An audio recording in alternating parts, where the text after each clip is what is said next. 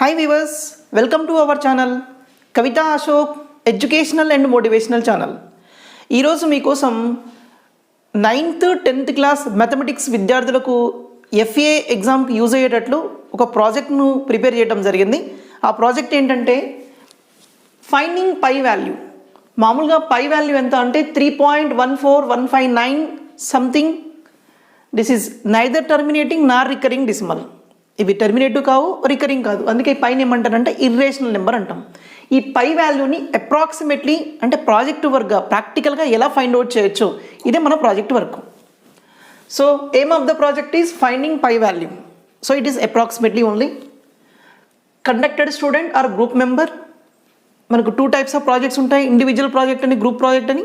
ఆ member name, roll number, class. ఇది 9th 10th 2 classes కూడా యూజ్ అవుతుంది అనమాట మ్యాథమెటికల్ ప్రాజెక్ట్. ప్లానింగ్ ఏంటంటే gathering information from text book and digital media and arranged in systematic way. అంతా కూడా text book నుంచి తీసుకున్నటువంటిది. అలాగే డిజిటల్ మీడియా అంటే ఇప్పుడు ఇంటర్నెట్ ఫెసిలిటీ ఉంది కాబట్టి మొబైల్లో డేటా నుంచి కూడా కొంత ఇన్ఫర్మేషన్ గ్యాదర్ చేయడం జరిగిందనమాట. And arranged in a systematic way. Material required white paper, కంపల్సరీగా ఒక వైట్ పేపర్ కావాలి మీకు. Pencil, thread, scale. పెన్ అది యాజ్ యూజువల్గా ఉంటుందన్నమాట, క్యాలిక్యులేట్ చేయాల్సి ఉంటుంది. ఓకే, ప్రొసీజర్ ఏంటంటే draw 2 or 3 circles.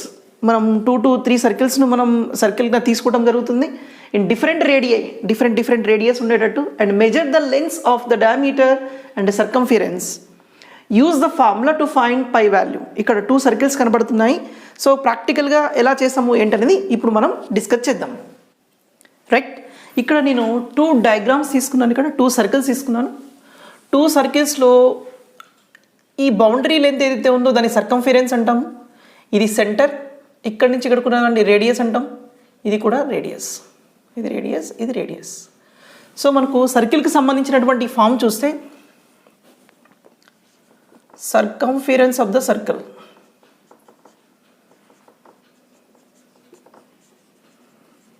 Circumference of the circle. C is equal to 2 pi r. This is the formula to find out the circumference of the circle. అలా calculate చేస్తాం అనమాట ఈ లెంత్ని, బౌండరీ లెంత్ని. అయితే దీంట్లో మనకు కావాల్సింది పై కదా. C is equal to pi into 2r. C is equal to pi into radius plus radius, the total will becomes here diameter. D is equal to ఏంటి 2 times of the radius. అంటే 2 times of the radius ప్లేస్లో D పెట్టుకోవచ్చు మనం. D మనకు కావాల్సినటువంటి value ఏంటి pi. Pi is equal to C by D. So finally C అంటే circumference of the circle, circumference of the circle, 2 diameter of the circle, diameter of the circle. Right, ఇప్పుడు ఈ డయాగ్రామ్కు సంబంధించినటువంటి సర్కంఫిరెన్స్ ఆఫ్ ద సర్కిల్ని, diameter of the సర్కిల్ని నేను calculate చేస్తాను. దీన్ని బట్టి పై వాల్యూ అప్రాక్సిమేట్గా 3.14159 సంథింగ్ వస్తుందా లేదా చూద్దాం. దీన్ని మీరు క్యాలిక్యులేట్ చేసుకోవాలి. ఇలాంటి ఇంకొక డయాగ్రామ్ కూడా తీసుకోవచ్చు. ఎన్ని డయాగ్రామ్స్ తీసుకుంటే అంత క్లారిటీ ఉంటుందన్నమాట. సో ఒక్కదానికి నేను దీన్ని తీసుకొని చెప్తాను, ఎలా చేస్తానో చూడండి.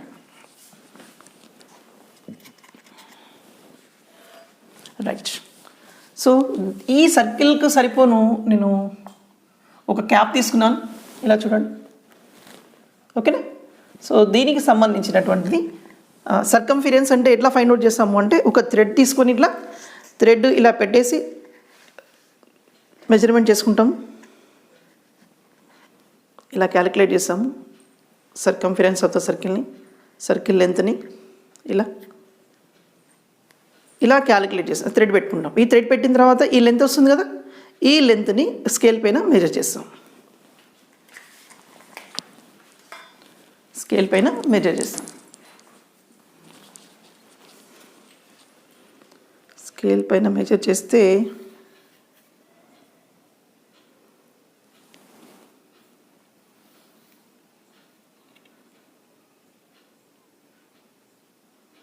రైట్, స్కేల్ పైన మెజర్ చేస్తే ఎంత ఉంది అంటే ఇది 27.3 సెంటీమీటర్స్ ఉంది.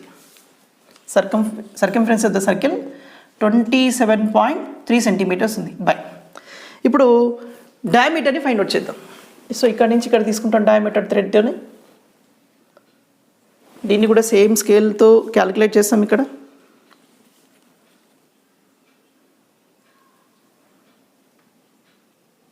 రైట్, దీని లెంత్ ఎంత వచ్చింది అంటే 8.7 సెంటీమీటర్స్ ఉంది బై 8.7, 27.3 బై 8.7.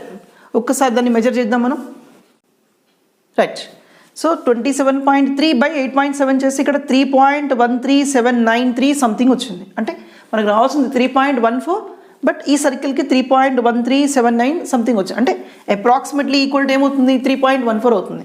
అదేవిధంగా మీరు ఇంకొక సర్కిల్ తీసుకొని దానికి సంబంధించినటువంటి ఏదైనా పర్టికులర్, ఇంతకుముందు నేను క్యాప్ తీసుకున్నట్టు ఇంకొక పెద్ద క్యాప్ తీసుకొని మీరు క్యాలిక్యులేట్ చేసినట్టయితే మీకు సంబంధించినటువంటి వాల్యూ అంటే యాక్యురేట్గా 3.14 అయితే రాదు, కానీ అప్రాక్సిమేట్లీ 3.1 సంథింగ్ వస్తుందన్నమాట. సో ఫైనల్గా మన మెజర్మెంట్ ఏమవుతుంది అంటే పై ఈజ్ అప్రాక్సిమేట్లీ ఈక్వల్ టు 3.14159 ఇలా వస్తుందన్నమాట. ఓకే, సో ఈ విధంగా మనం పై వాల్యూని క్యాలిక్యులేట్ చేయొచ్చు అనమాట.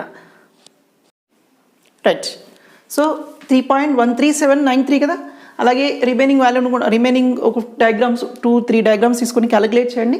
సో ఫైనల్గా కన్క్లూజన్ ఏంటంటే after the project we calculated pi value as approximately 3.14 something. So ఈ విధంగా మనం క్యాలిక్యులేట్ చేయడం జరిగింది. Acknowledgement, thanks to supported people. మీకు దీంట్లో ఎవరైతే సపోర్ట్ చేస్తారో మీ టీచర్స్, మీ ఫ్రెండ్స్, వాడిని సపోర్ట్ చేస్తూ థ్యాంక్స్ చెప్తే అయిపోతుంది. సో ఫైనల్గా సిగ్నేచర్ ఆఫ్ ద స్టూడెంట్ మీరు సైన్ చేసేసండి. మీ నేమ్ సైన్ చేసిన తర్వాత మీరు రోల్ నెంబర్ రాస్తే సరిపోతుంది అనమాట. ఈ విధంగా మనం పై వాల్యూని క్యాలిక్యులేట్ చేయడం అనేటువంటి ప్రాజెక్ట్ని 9th class students, 10th class students ఇద్దరు కూడా FA ప్రాజెక్ట్గా యూజ్ చేసుకోవచ్చు అనమాట. Thank you very much.